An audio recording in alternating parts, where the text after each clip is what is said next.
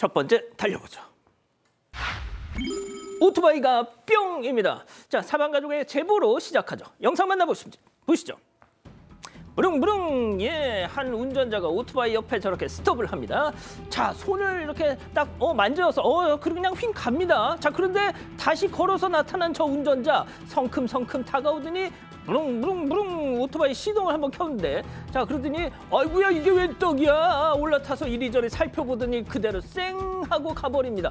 아니, 잘 타던 자기 오토바이는 어디다 두고 왜 남의 걸, 그리고 저걸 어떻게 시동을 걸었을까요? 네, 그 스마트 키를 이용했다고 하는데 여기가 경기 성남시 분당구 정자동에 있는 배달 전문 음식점 앞입니다. 그 사장님이 제보를 주셨고요. 지난 24일에 오토바이 점검을 하고 깜빡하고 키를 그 적재함에 두고 갔다고 합니다. 그런데 다음 날인 25일 새벽 2시 20분쯤이었습니다. 3, 40대로 추정되는 저 남성이 다가왔고요. 자전거 헬멧을 쓰고 그리고 안경 착용하고 통통한 체형이라고 합니다. 스마트 키를 이용해서 제보자 오토바이 시동을 걸고 그대로 훔쳐갔습니다. 제보자가 이날 오후에 도난당한 사실을 알고 경찰에 신고를 했는데 이런 와중에 지인들한테도 부탁을 해서 남성이 원래 타고 왔던 오토바이를 찾았다고 합니다. 이게 인근 인도에서요, 번호판 없는 채로 발견이 됐습니다. 아하. 그래서 어제부터 이제 경찰이 본격적으로 수사하고 있는 상황입니다. 백 변호사님, 지가 원래 타고 왔던 그 번호판 없는 오토바이가 더 좋았더라면 굳이 제보자 걸 저렇게 훔쳤겠습니까? 그 번호판 없는 오토바이가 저 사람 거였을까요? 이게 좀 심오하죠. 아닙니다. 아하, 저 사람 게 아니고요. 이런. 그 오토바이 확인해 보니까 1년 전에 서울 송파구에서 도난 접수됐던 그런 오토바이였습니다. 그래서 그 주인 찾아줬다고 하고요. 절도범이 지난 1년 동안 그 훔친 오토바이를 지금 보셨던 거 타고 다니다가 새 오토바이로 교체를 한 거죠. 저렇게. 제보자에 따르면 오토바이로 음식점에 이제 배달을 하고 계신다고 하는데, 저 사람이 저 오토바이를 갖고 와버렸으니까 지금 당연히 일을 하지 못해서 손해가 매우 크다고 합니다. 자, 저게 지금 도난당한 그 오토바이인데 잘 좀 봐주십시오. 네, 맞습니다. 이 제보자분께서는 그래서 저 오토바이 사례금 200만 원 걸었습니다. 오! 그리고 저 남성이나 저 오토바이를 본 분 있으면 꼭 연락 줬으면 좋겠다라고 전하셨네요. 잘 좀 봐주십시오. 200만 원입니다. 좋습니다. 자, 다음 또 이어가죠. 자, 진상이 나타났다 합니다. 영상으로 만나보시죠. 자, 직원과 대치하는 저 두 남성, 음식을 콕콕 가리키면서 뭐라고. 자, 직원이 주방으로 다시 들어간 사이에 갑자기 냄비 손잡이를 잡더니 음식을 갖다 그냥 확 부어버렸습니다. 테이블 위에. 치우고 갈 놈들이었으면 애초에 부어버리지도 않았을 터. 자, 냄비 안 음식에서 벌레가 나온 걸까요? 그럴 리가 없죠. 그랬으면 사장님을 불러서 뭐라고 얘기를 했을 텐데, 지금 저 영상은 온라인 커뮤니티에 최근에 올라온 겁니다. 그러니까 저 매장이 신선식품을 취급하는 곳이라서 배달이나 포장을 안 한다고 합니다. 그런데 이 두 사람이 먹던 음식을 포장해 달라고 하니까 저희는 그렇게 할 수가 없습니다 라고 했는데, 신랑이랑 버리다가 하도 얘기를 많이 하니까 그냥 일회용 비닐봉지에 담아서라도 주겠다라고 했답니다. 그렇게 해서 이 직원이 일회용 비닐봉지를 가지러 간 사이에 글쎄요, 뭐 안 싸준다고 하니까 기분이 나빴는지 저렇게 엎어버리고, 중요한 건 계산도 안 하고 그냥 가버렸던 겁니다. 이 게시자분 이거 보고 너무 이게 화도 나고 막 수치심도 들어서 영상을 본다면 정말 진심으로 사과를 바란다고 그렇게 올렸습니다. 그렇군요. 좋습니다. 다음 또 이어가죠. 지극히 이기적인 행동, 사진으로 만나보시죠. 자, 백미러로 비춰본 버스 내부입니다. 아니, 저것은 사람 얼굴이 아닌 흰 양말을 신은 발? 그것도 두 짝. 그렇습니다. 웬 승객이 한창 달리는 버스에서 양쪽 발을 좌석에 저렇게 머리 부분에 탁 올려놓고 있었다는 거죠. 자, 교수님 상상을 해보십시오. 앞좌석 머리 부분에 발을 올려놓고 있다? 그게 더 불편한 자세 아닙니까? 자, 냄새는 또 어떻고요? 교수님. 제가 볼 때는 저게 뭐 침대차가 아닌데 본인은 아마 침대차로 생각을 하고 있는 것 같습니다. 저게 이제 4월 30일 한 온라인 커뮤니티에 올라온 사진인데요. 게시자가 탄 버스는 서울에서 출발해서 동대구로 향하는 버스였는데, 지금 이제 한 20대로 보이는 이제 승객이 계속 다리를 저런 식으로 좌석 위에다가 올려놓고 이제 있었다는 거죠. 근데 사실 저걸 뭐 제지할 수 있는 그런 방법이 없으니까 저거는 뭐 그냥 상식인데, 그래서 이제 휴게소에 도착을 했는데 역시 휴게소에서도 끝나고 난 뒤에 또 똑같은 자세를 갖다 취했다는 거죠. 그래서 이제 사실 저 바로 앞에 승객이 있었던 건 아닌데 2칸 앞에 승객이 있었다라고 하는데 뭐 2칸이건 3칸이건 간에 저런 행동을 갖다 하는 것은 그건 잘못된 거죠. 그래서 언제부턴가 우리 한국 사회에 주위 사람들 눈을 전혀 의식하지 않고 나만 편하면 된다. 라는 이런 생각을 가진 사람들의 행동들이 많이 이제 관찰되고 있는데요. 저런 행동 우리가 법으로 우리가 통제를 할 수 없잖아요. 그러니까 이제 그 자기 나름대로 내 하고 싶은 대로 살겠다라고 하는 저런 심보는 제가 봤을 땐 가정교육의 부재라고 하는 것이 우리 한국 사회의 어두운 그 측면이 아닌가 이런 생각이 듭니다. 그러니까요. 자, 이번에는 사방가족께서 제보해 주신 사진 만나보시죠.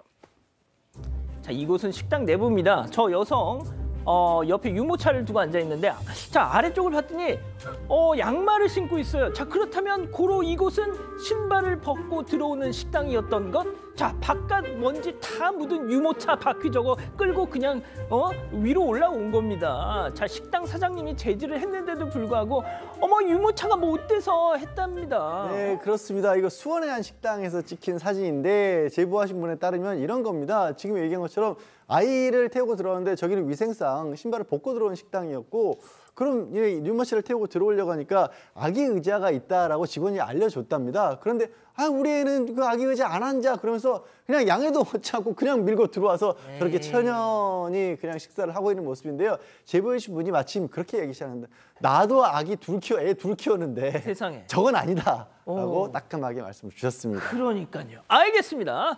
자, 다음 또 이어가죠. 라면이 넘어가. 아하. 자, 불이야 도심 한복판에 갑자기 불이 났습니다. 이 와중에 어떤 상황이 벌어졌는데요. 영상 만나보시죠. 자, 폐지 가득한 가만히 앞에 가만히 선 남자. 자, 번쩍번쩍 불빛이 보이나 지금 싶어요. 지금 보시더니 남성이 불났어. 떠나자마자 불길이 확 저렇게 붙었어요. 자, 소방관들 와가지고 열심히 화재를 진압하고 있죠. 자, 경찰은 방화범을 쫓습니다. 자, 지금 쫓고 있죠. 자, 그런데 그 남성 불을 질러놓고 저기에 앉아서 태연하게 라면 먹방 중.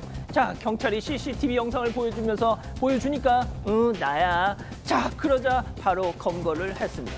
자, 2018년 남북 정상회담 때 평양에 간 우리 기업 총수들에게 북한 리선권이라는 사람이 그저 냉면이 목구멍으로 넘어가십니까? 핀잔 준 바가 있는데 딱 그 상황입니다. 진짜 라면이 목구멍으로 넘어가는지 모르겠네요. 네, 지난 4월 11일 자정 무렵입니다. 저 영상 보시는 것처럼 서울의 한 도로에 수거용 폐지 가마니에 어떤 남성이 저렇게 불을 지릅니다.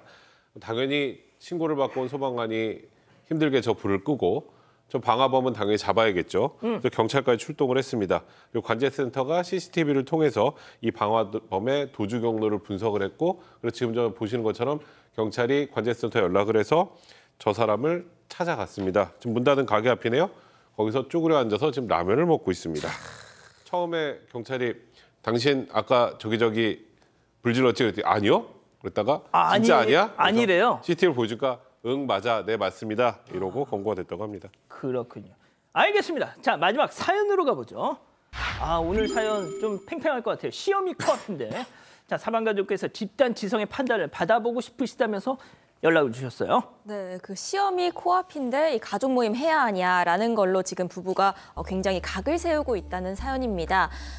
주말에 남편네 남매들 그리고 조카들 온 가족이 다 모여서요. 시어머니 생신 기념으로 식당에서 식사를 했습니다. 그리고 2차로 그 시숙집에 가서 차 한 잔을 좀 마시기로 한 겁니다. 그런데 중학교 3학년인 아들이 그 다음 날 중간고사인 상황이었거든요.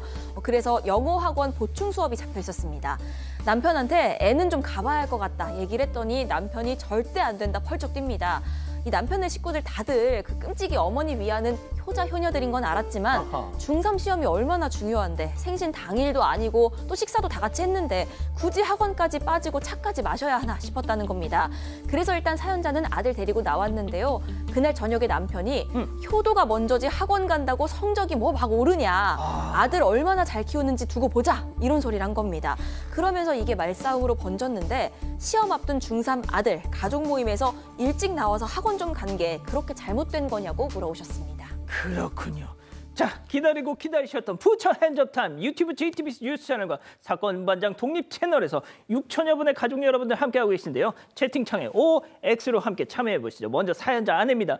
여보, 성문이 얘 내년에 고등학교가 중3 1학기 중간고사 얼마나 중요한지 다 알면서 이래 진짜. 안 그래도 당신 닮아서 머리도 안 좋은데 얘 학원까지 안 보내면 도대체 어쩌려고. 할머니 생신 식사 자리 빠진 것도 아니고 이 차는 어른들끼리 하면 되잖아. 아이고 진짜 효자 났네. 효자 났어. 아주 그냥 짜증나 동그라미. 아니 이런 아니 좀 들어보세요. 자, 남편입니다. 이 사람이 진짜 성문이 멍청하게 어떻게 나 때문이야. 당신 닮았었지. 학원 수업 좀 빠진다고 얘가 100점 맞을 거 빵점 맞아. 그리고 우리 엄마가 성문이 너무 어렸을 때 얼마나 업고 키웠는데 아니 그깟 중간고사 공부 1시간 못한다고 얘가 뭐 하늘이 무너져.